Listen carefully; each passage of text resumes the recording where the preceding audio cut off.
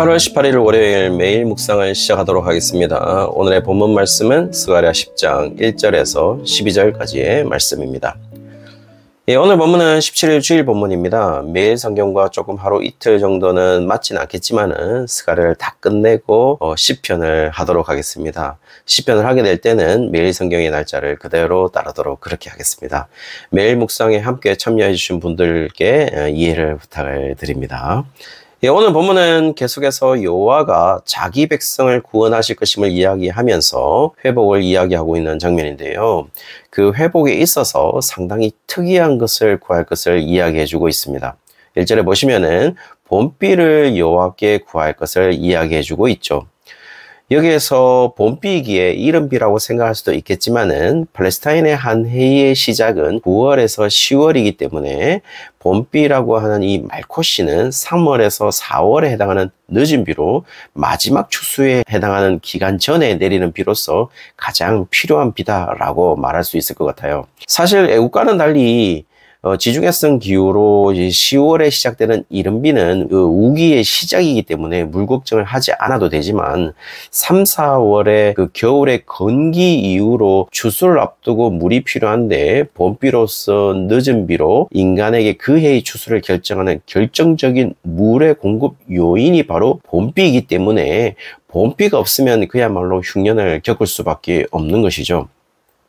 그래서 이 비를 의미하는 히브리어가 1절에 3개가 나오고 있는데요. 봄비를 의미하는 말코시와 비를 의미하는 마타르로 이제 일반적인 비를 의미합니다. 그리고 또 한 가지는 소낙비로 괴셴 마타르라고 해서 우리가 알고 있는 소나기입니다.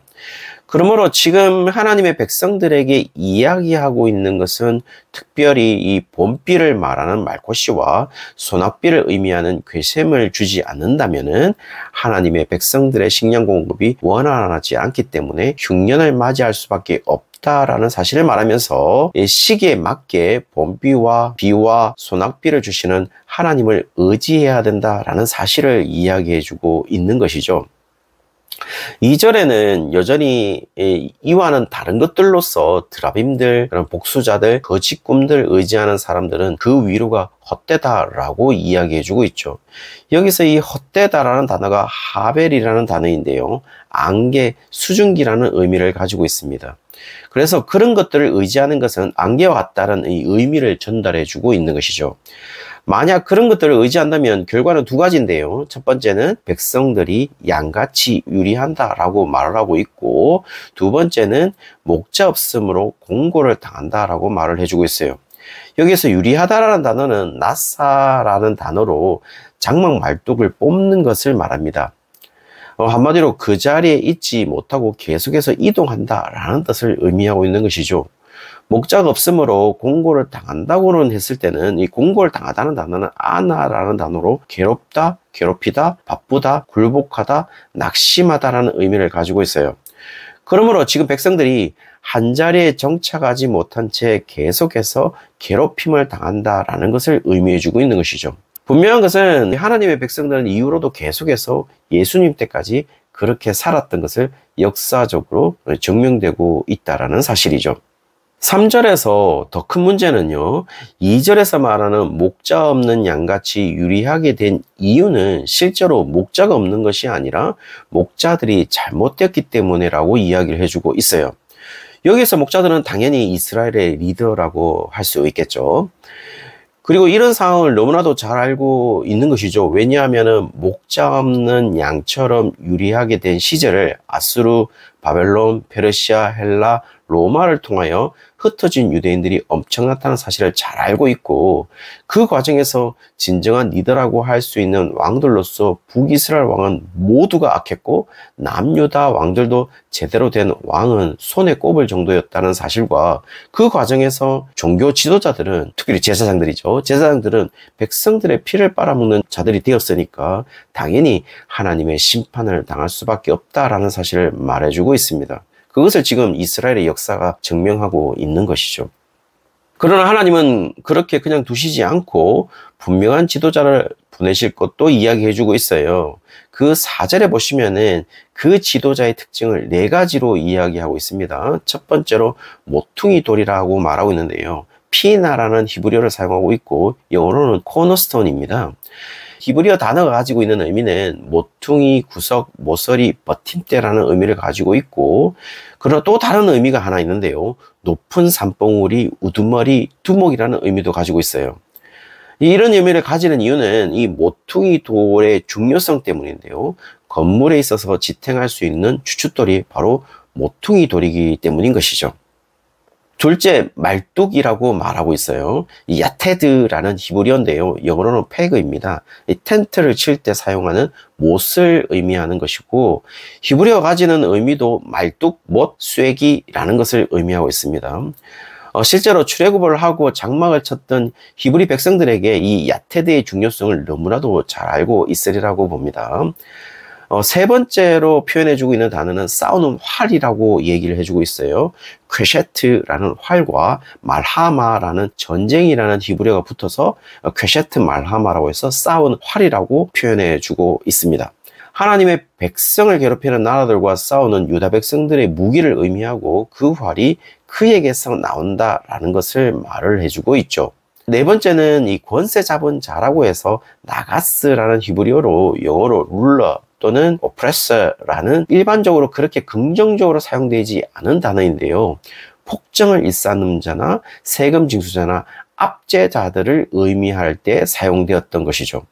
그러나 긍정적으로 사용되는 성경 구절은요, 이사야 60장 17절에 보시면은 내가 금을 가지고 놋을 대신하며 은을 가지고 철을 대신하며 놋으로 나무를 대신하며 철로 돌을 대신하며 환평을 세워 관원을 삼으며 공의를 세워 감독으로 삼으리니 라는 부분에서 감독이라는 부분이 바로 이 권세 잡은 자와 같은 나가스를 사용하고 있습니다.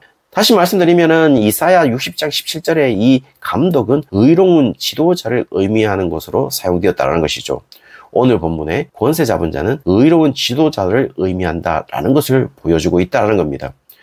결론적으로 이제 그런 분이 바로 메시아이고 예수님으로 향하고 있다라는 것도 우리에게 암시를 해주고 있는 것 같기는 합니다. 그리고 단순히 이제 이런 지도자들을 보내주시는 것만으로 그치는 것이 아니라 5절에는 여호와가 하나님의 백성과 함께 싸우실 것도 이야기해주고 있어요. 그리고 6절에는 여호와께서 유다 족속을 견고하게 하고 여기에서 요셉 족속을 구원할 것이다 라고 이야기를 하고 있지만 요셉 족속은 북쪽 이스라엘을 이야기하기 때문에 지금 남유다와 북이스라엘을 다 구원하실 것임을 이야기해주고 있는 것이죠. 그리고 그 구원하심의 동력을 이야기해주고 있어요. 그 구원하심의 동력은 뭐냐면 여호와가 그들을 긍휼히 여겼다라고 이야기를 해주고 있죠. 그리고 이야기하기를 단 한 번도 그들을 내어버린 일이 없다라고 이야기를 해주고 있어요. 여기에서 내어버리다라는 이 자나으라는 이 동사는 밀어제치다, 거절하다, 버리다, 끊다, 혐오하다라는 의미를 말하고 있고 완료 시제를 사용하고 있기 때문에 과거에서부터 지금까지 단 한 번도 자신의 백성들을 끊어버린 적이 없다라는 사실을 이야기해 주고 있죠. 사랑하는 여러분, 지금 여호와가 여러분을 대하는 방식을 이야기하고 있는 부분이겠죠.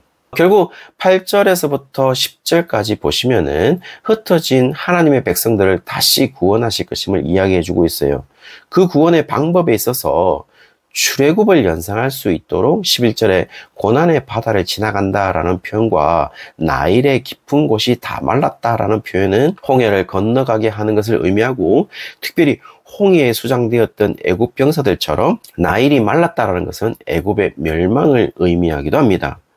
그것을 애굽의 규가 없어진다는 표현으로 이야기하는데요. 규라는 것은 쉐베트라고 해서 권력을 상징하는 지팡이로 규가 없어진다라는 것은 애굽의 멸망을 의미하고 있는 것이죠.